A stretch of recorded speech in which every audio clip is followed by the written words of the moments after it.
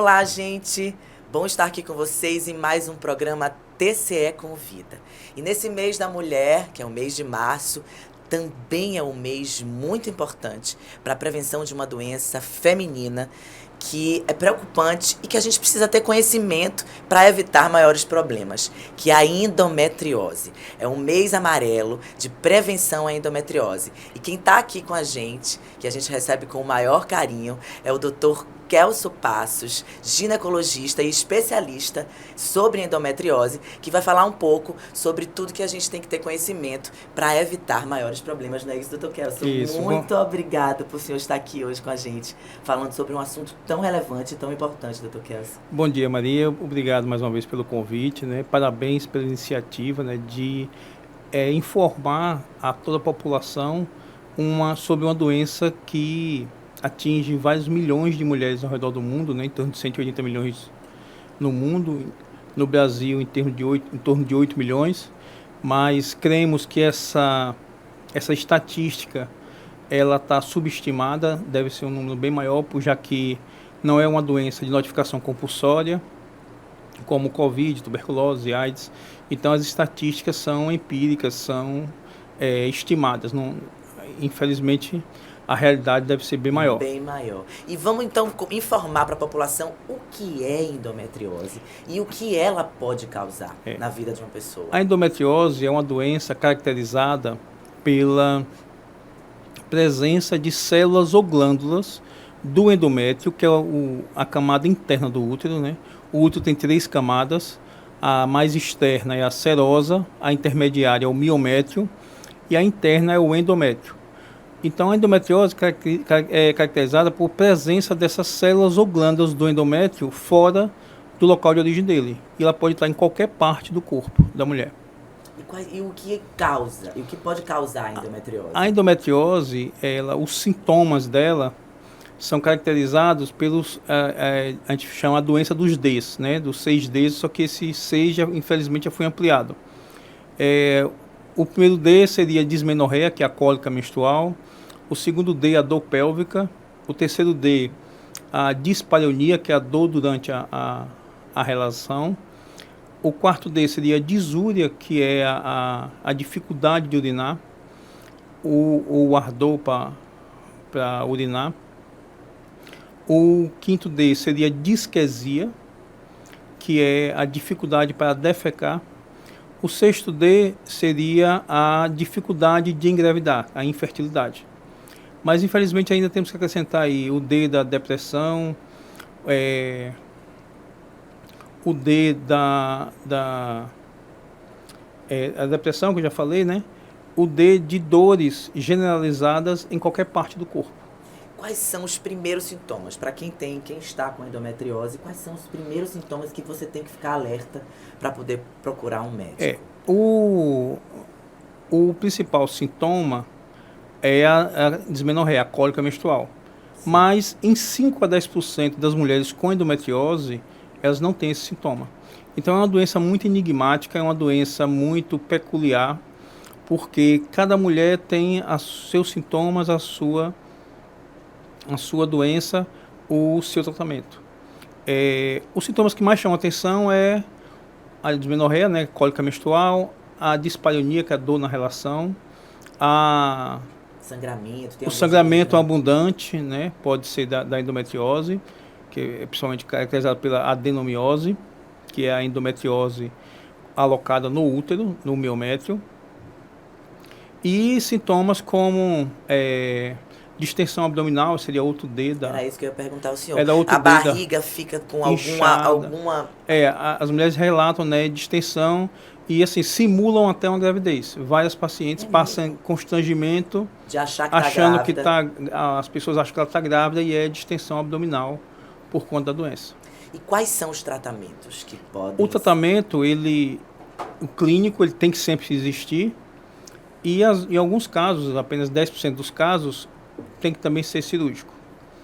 A endometriose pode ser considerada uma doença crônica ou é uma doença É uma doença cura? Crônica, é uma doença que não tem cura. Que não tem cura. Não tem cura. Você só controla. Mesmo após a cirurgia, você retirando todos os focos da doença, não necessariamente todos os órgãos, inclusive é uma coisa muito comum, as mulheres chegam no nosso consultório, no desespero de ficar livre da dor, abrem mão do sonho de ser mãe, e dizem, não, eu não quero mais ser mãe, eu prefiro que tire o útero, tire os ovários, eu quero ficar livre da dor. Resolve a dor? Não resolve, não é tratamento. Entendi. Né? Retirar o útero não cura a endometriose, então não resolve. E muitas tentam fazer isso, muitas infelizmente chegam a fazer isso, né? na esperança de ficar livre, e não cura, a doença continua, mesmo quando você tira os órgãos. Tem alguma dor assim que a gente pode, como é que a gente pode caracterizar a dor da endometriose? A dor da endometriose, eu classifico ela como desumana, é uma dor alucinante, é uma dor muito forte, e assim, as mulheres sofrem, além da dor física, a dor emocional, porque as pessoas ao redor, a família, até profissionais de saúde, profissionais do pronto-socorro, a maioria não acredita que existe uma dor daquela, aquela dor que ela está relatando seja tão intensa quanto ela está relatando.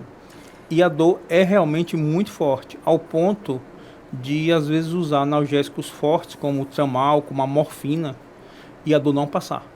Nossa, que loucura. Tem algumas que aliviam, tem algumas que nem alivia, mesmo com a morfina. E qual é a causa da endometriose? Assim, é uma coisa genética ou é alguma coisa que desencadeou aquele processo? Uma teoria antiga, né, que se chama teoria de Sampson, falava que a endometriose é devido ao refluxo do sangue menstrual. Porque a mulher, quando menstrua, saía sangue pelo colo do útero, mas também refluía pelas trompas. Essa teoria foi desacreditada há muitos anos por conta das localizações extrapélvicas da endometriose, né? Nós temos relatos de casos, eu tenho um paciente, inclusive, com endometriose no cérebro, no pulmão, né? Diafragma, coração, existe.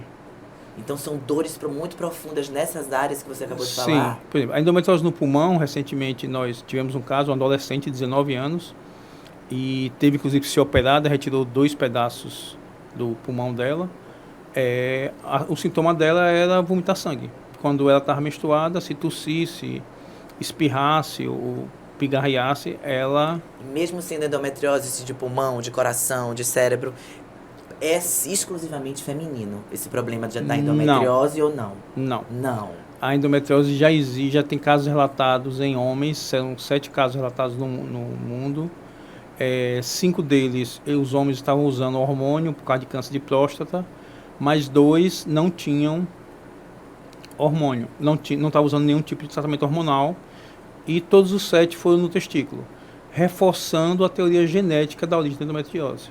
Que vem dessa coisa do trato urinário, Exatamente. do trato de... Porque a origem do sistema reprodutor, tanto feminino como masculino, vem dos ductos de Miller, né? Os ductos, no caso feminino, os ductos de Miller, que é o ducto paramesonéficos. E o ducto paramesonéfico dá origem aos 2 terços superiores da vagina, ao útero e ao sistema urinário, aos rins. Tanto homem quanto mulher tem que procurar, quando sentir algum tipo de sintoma que possa caracterizar a endometriose, tem que procurar um ginecologista? O homem não, o homem tem que procurar um urologista, mas é muito raro. É muito raro. Tanto é que no mundo só tem 7 casos, né? Sim. Mas a mulher não, os sintomas que mais chamam a atenção é a cólica. E um recado para vocês, mulheres, não normalizem a dor. Nenhum tipo de dor é normal. É uma cólicazinha, né? Não é. A cólica incapacitante não é uma cólicazinha, é uma cólica que tem que ser valorizada, tem que ser investigada. Dor na relação não é para existir nunca. Nunca, exatamente. Né? Então, assim, não é uma dor normal que eu sinto. Não existe dor normal, né? É que vocês, mulheres, são muito fortes e querem normalizar a dor. Homem não, homem qualquer dorzinha já grita, já faz um escândalo. Né? Mas vocês, mulheres, querem normalizar. Não. Tanto é que na consulta, quando a gente faz as perguntas, sente dor na relação? Não, só uma dor normal, né? E essa dor normal a gente pede para classificar numa escala analógica de dor, a gente pede uma nota, e essa dor normal, às vezes, ela dá nota 8, Nossa 7. Senhora! Né? Então, assim, de normal não tem nada. Não tem nada. E a idade que tem a maior predisposição a se ter endometriose, qual é a idade comum, média? A idade, a doença geralmente inicia com a primeira menstruação. Sim. Agora, os sintomas podem aparecer em qualquer época da vida, inclusive após a menopausa. Eu tenho vários casos de pacientes até com 17 anos após a menopausa que tiveram endometriose. Por que, doutor? Isso. A gente não sabe essas respostas, a gente não tem o porquê da agressividade da doença em algumas pacientes jovens com 12, 14, 16 anos que precisam fazer cirurgia, que perdem às vezes até um ovário por conta da doença, que já tem lesão no intestino na adolescência. E outras passam a vida toda sem descobrir que tem a doença. A gente não sabe o porquê dessa evolução tão divergente, né, entre as pacientes. Inclusive, entre pacientes da mesma família. Eu tenho um caso bem interessante, que as pacientes gêmeas univitelinas, nas univitelinas a carga genética é praticamente a mesma, né, é praticamente igual. E uma das irmãs sob seu tratamento clínico e a outra pessoa ser operada, onde quando ela já chegou, já estava o ovário comprometido e estava aderido ao apêndice, ao intestino, e o outro ovário precisou tirar 40%. Nossa Senhora. E qual é o melhor tratamento para a endometriose, para poder evitar que se agrave essas dores e os então, sintomas? O melhor tratamento é procurar o médico assim que iniciar o sintoma e procurar um especialista. Porque muitas vezes, infelizmente, aqui no Brasil, a média de tempo de diagnóstico é de 7 a 10 anos. Perdão, a nível mundial é 7 a 10 anos. No Brasil é de 8 a 14. Então, assim, não se conformar com o diagnóstico de que é normal, que quando tiver filho vai passar, quando começar a ter relação vai melhorar. Não se conformar com esse diagnóstico e buscar um especialista na área para ser diagnosticada e iniciar o tratamento o mais precoce possível. Quando iniciado precocemente, raramente esses pacientes vão precisar de cirurgia e não vão passar por transtornos, por sofrimentos, porque é uma doença que afeta todas as áreas da vida da mulher, né? Então tem mulheres que perdem emprego, tem mulheres que perdem promoção, tem mulheres que... Provavelmente perdem até relações, né? Várias, né? Vários namoros, noivados, casamentos já acabaram por causa da doença. Dores, e é muito comum, elas ficam muito felizes quando o marido vai para consulta. Ontem mesmo tive um exemplo desse, que uma paciente com 40 anos com endometriose, e o casamento já comprometido, e o marido foi, ela disse, doutor, é a primeira vez que ele vem para consulta comigo, nesse tempo todo. Para entender por que E aí, que quando ela, eu expliquei, ela se emocionou, e ele, poxa, eu não sabia que era tão grave assim, né? A gente explicou e mostrou a ele o que a doença é capaz de fazer e tudo que ela sente, a dificuldade, a falta de libido, não é por falta de sentimento, é porque ela, toda vez que ela tem relação, ela sente dor, uma dor que nota 7.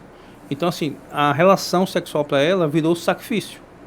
Então, quanto menos fizer, ela gosta mais. Então, ou seja, a sugestão é que os maridos acompanhem as suas mulheres sempre. Para poder entender. Entender, porque é uma doença muito complexa, é uma doença que afeta várias áreas da vida da mulher, como eu falei. E, assim, várias mulheres, essa dor emocional, essa falta de credibilidade na sua dor, na sua queixa, deixa angústia, causa ansiedade e até mesmo quadros de depressão. Como você falou, exatamente. E o que acontece se não se tratar a endometriose? O que é que pode acontecer na vida dessa mulher? Então, é um enigma, né? Como eu falei, tem pacientes que evoluem muito rápido e a paciente vai ficando cada vez pior. Tem pacientes que ficam verdadeiramente incapacitadas para trabalhar. E infelizmente, os órgãos públicos, as leis, não amparam essas mulheres, não acolhem essas mulheres. Então, você não consegue afastar uma mulher temporariamente do serviço por conta do diagnóstico de endometriose. Né? A resposta é uma cólicazinha. Né? Olha aqui quanta mulher trabalha aqui, só você que vem, só você que é preguiçosa, só você que é irresponsável, só você que não quer trabalhar. Né? Na escola, as meninas sofrem com a professora diz, mas você só falta na minha aula, né? Dia de teste já sei, você não vem porque está com cólica, ou seja, se não estuda quer dizer que está com cólica. Porque a dor, a menstruação não tem dia para chegar. Então, assim, é muito comum, pode coincidir, né, a estudante ser no dia da prova, a mulher que trabalha ser após um feriadão, né, pode passar, por exemplo, vem aí Semana Santa. E aí, segunda-feira tem que voltar a trabalhar, depois de pós-feriadão, segunda-feira ela menstrua e não vai trabalhar.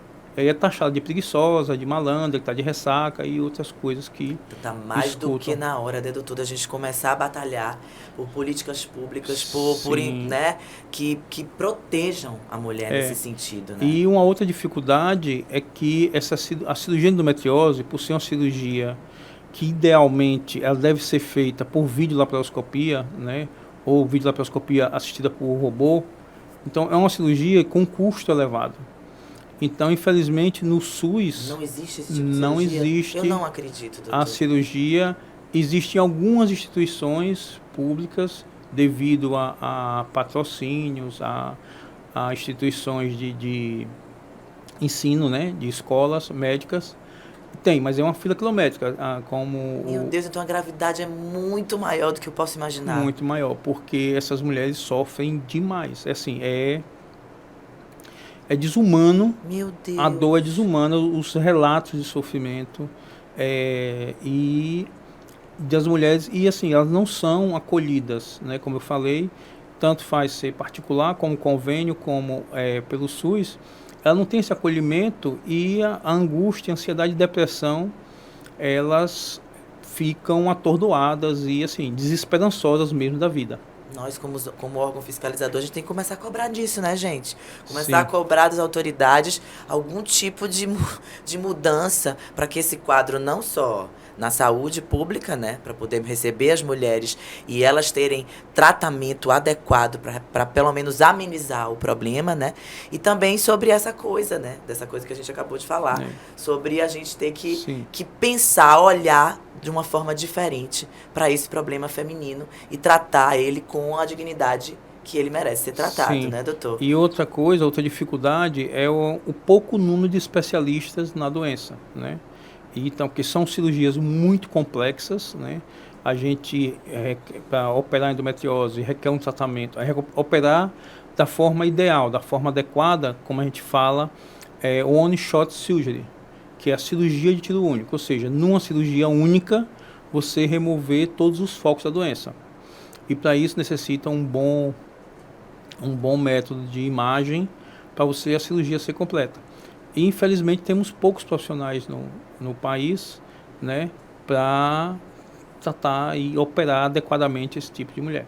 E para acalmar o coração da mulher que quer ser mãe e tem e sabe que tem endometriose, sofre com isso, a endometriose atrapalha a gestação? Sim, mas vamos aqui desfazer um mito, né? 2 mitos, aliás. Toda mulher com endometriose vai ter dificuldade ou impossibilidade de engravidar. Mentira, isso é mito. Toda mulher com endometriose vai precisar operar. Outra mentira, outro mito, né? Só apenas 10%. Mas a dificuldade de engravidar é uma complicação da doença e não é tão difícil de ocorrer. Então, o diagnóstico, novamente, né, tem que ser feito precocemente. Um outro mito que existe e que é divulgado às vezes, dizendo que a doença é silenciosa. Não é silenciosa, as mulheres gritam de dor, né? Então, silenciosa não tem nada.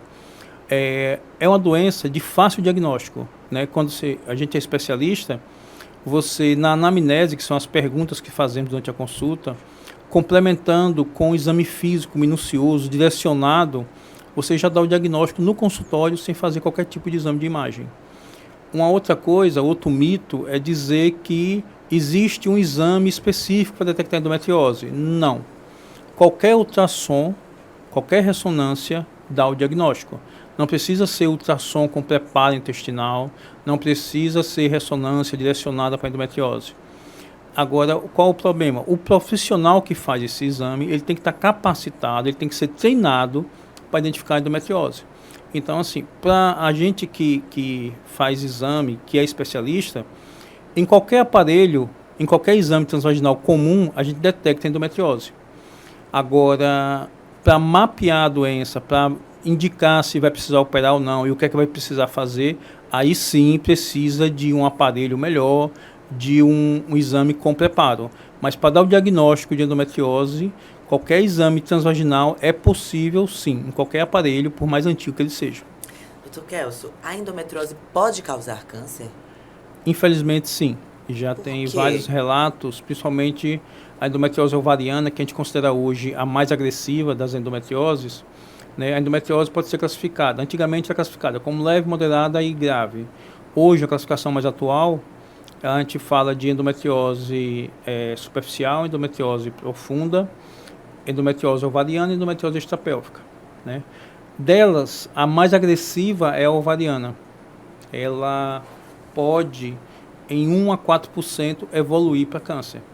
Tanto é que, de acordo com o tamanho do cisto de ovário, da endometriose no ovário, a indicação de cirurgia é absoluta, não é opcional a partir de certo tamanho, né, em torno de 4, 5, alguns falam 4 ou 5 centímetros da endometriose no ovário, a cirurgia é obrigatória, inclusive pelo risco de malignização, que 1 a 4% pode virar câncer. Doutor, para finalizar, diante da importância do Março Amarelo, da gente poder alertar a população, principalmente as mulheres, sobre a endometriose, tem alguma coisa mais importante que a gente não falou aqui, que você queria chamar a atenção das mulheres para esse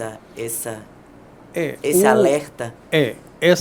Por exemplo, aquela mulher que tenta engravidar de vários métodos, ela tem que investigar a endometriose, porque, como eu falei, não é obrigatório que uma mulher com endometriose que vai ter dificuldade.